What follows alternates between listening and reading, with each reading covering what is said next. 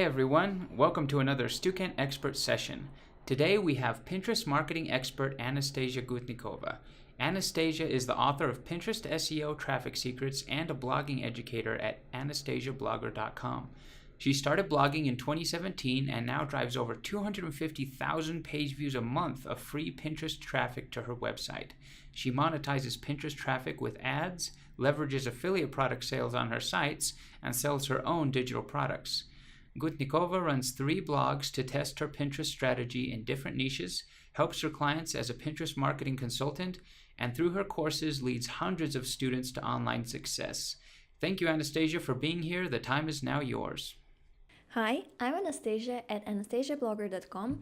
I'm a Pinterest marketing expert and blogging educator, and this is our 3rd video in the series about Pinterest marketing. Today I'll talk about the most efficient way to build your content strategy for Pinterest. Just a few lines about me. I started my blog, which has grown into an online business by now in 2017, and in 2 years I'm driving over 250,000 monthly page views of free Pinterest traffic to my blog. I monetize Pinterest traffic with ads and affiliate product sales on my site. Plus, I sell my own digital products.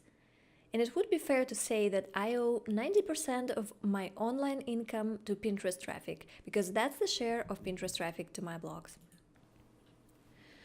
So here's what we are going to talk about today. First, I'll cover the best practices for designing pin images, and then I will show you how you can leverage seasonal and holiday traffic spikes on Pinterest to maximize viral traffic potential. So let's start with the best practices for designing pin images. Because content on Pinterest is visual, so before we talk about any topics that drive more traffic from this platform, it's very important to cover the best practices of designing pin images. So we're talking about the recommended pin size and resolution for 2019, because the recommended sizes change over time on Pinterest. We'll talk about the best colors and types of images that get more engagement on Pinterest, and I'll also show you how to make sure that people click through from pins to your website. So the first thing you'll need to know about pin images that as of 2019, Pinterest recommends image ratio of 2:3, and the minimum resolution of the image should be 600 by 900 pixels, so that your image looks great on any kind of device, mobile device or a desktop computer. So Pinterest doesn't mention in their rules anything about images that are longer than 2:3 ratio, but actually if you do enough testing like I did on Pinterest, you'll know that right now images can be up to 1:2 ratio, so it would be 600 by 1200 pixels. Longer than that, Pinterest is going to cut off the image, and so you're going to lose part of the information if you had something important in the bottom part. And also, it is known that Pinterest is going to start reducing the distribution of images that don't fit the recommended size. So making images longer than 1:2 is definitely a no-no right now on Pinterest. Next thing I wanted to talk to you about is the colors and types of images that get more engagement on Pinterest. Now, let me give you a quick but important guide that will help you to make your images stand out on Pinterest. And these recommendations are based not only on my experience, but also on a research made by Curate.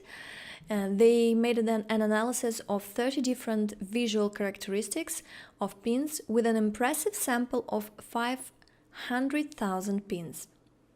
I'll not talk to you about all the details of the study, because it would take a lot of time, but I'll show you the most important takeaways in regards to pin design. So images that are too dark receive 20 times less repins than images with medium lightness. And also in the research they say that when images are too white, too bright, and have just a simply white background, they also receive lower pin counts. The next thing is colors. Your image should include at least a few vibrant colors, yellow, pink, red, etc. Also important that images with red, orange and pink tones get on average twice more pins than images with blue tones. The next thing is quality of your image. Well, no need to comment on this a lot, but you have to understand that images of high resolution, they not only look better for the user, but they also get, and obviously they get more pins, but also the platform itself can recognize low resolution, low quality of the image, and by default it will not give additional distribution to those low quality images. So that was based on the research of Curate, but I just wanted to add something that I learned along the time I've been marketing on Pinterest. So the first thing is that I don't recommend you to use script fonts in your text overlay on the pins, or actually any fonts that are difficult to read. When users scroll down the feed on Pinterest, you have less than a second to grab users' attention. If all your text overlay is hard to read, they will not have the time to understand what your pin is about, and their eye will be caught by your competitor's pin. If that pin has an easier text overlay, easier to read and understand. Also, you shouldn't get carried away adding too much text overlay to your pins, because this will force you to use smaller font size, and you should always remember that the majority of users will look at your pin on mobile devices which have smaller screens. So when you create a pin, always test it and be honest with yourself. Can you actually read the text on a small screen? Make this test every time when you create a pin. One of the biggest fears people have in regards to Pinterest marketing is designing the pins. If you're worried that you cannot promote your content on Pinterest because you don't know how to create beautiful pin images, I promise that you will grow into creating pins very fast, whatever your current graphic design experience is. And you don't even need to learn Photoshop for this. Here's a screenshot from a simple drag and drop tool, which I use. It's free online tool. And this is a pin that takes about 3 minutes to create, and then you can create also templates inside Canva and use and reuse your own templates for multiple pins. And now let's cover a very important topic. It's how to make sure that people actually click through from pins to your website. Click-throughs from pins are the ultimate goal of all your Pinterest marketing efforts, right? So it is very important not only to make sure your pins stand out and get lots of impressions, but also to convince the user or to intrigue the user and make the user click through to your site. Also, the number of clicks is one of the pin quality factors, and if your pin gets a lot of clicks, for Pinterest, it's a signal that users find your content interesting, and so the platform starts showing your pin more often to other people, which maybe are not even your followers, so it brings you even more traffic. And the first thing that helps increase the number of clicks is adding a text overlay to your image. Text overlay, if it's done properly, will increase click-through rates because your image gives users a hint that what your pin is about, and it can promise a solution to user's problem or give an answer to user's question. So having text overlay definitely helps you increase the click-throughs. But text overlay can also have the opposite effect if it's done in the wrong way. For example, if you give all the information users need to know inside your image, then why would the users need to click through to your site, right? An example of such pins are infographics. You can use an infographic that reveals only a portion of information that the user is looking for. So you should always give users a hint in your infographic, and tell them that they will find the rest of the information, the rest of the data on your site, and always add a call to action. And also, if you have a product pin, you need to know that people are more inclined to click through when your product is shown in a lifestyle photo as opposed to a typical product on a white background image. And people are going to save your images more often when they look like this, rather than just a product image. And now let's move to the second and very exciting part of our class today. It's about leveraging seasonal and holiday traffic spikes on Pinterest to maximize viral traffic potential.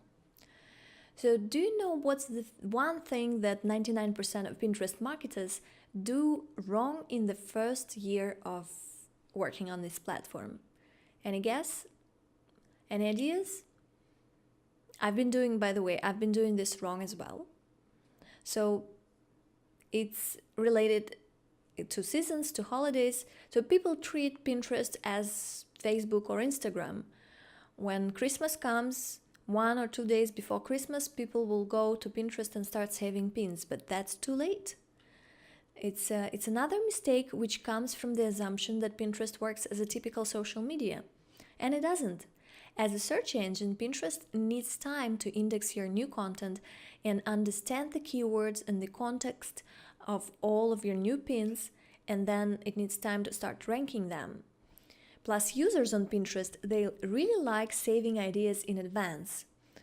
For example, Thanksgiving pins, in my experience and in general, based on the statistics that Pinterest releases, as early as August, it's about 4 months in advance people start saving pins about Thanksgiving. And even Christmas pins in September, you can have a huge traffic spike with pins about Christmas. That happens to my site year after year. So in general, how much time in advance you should start pinning?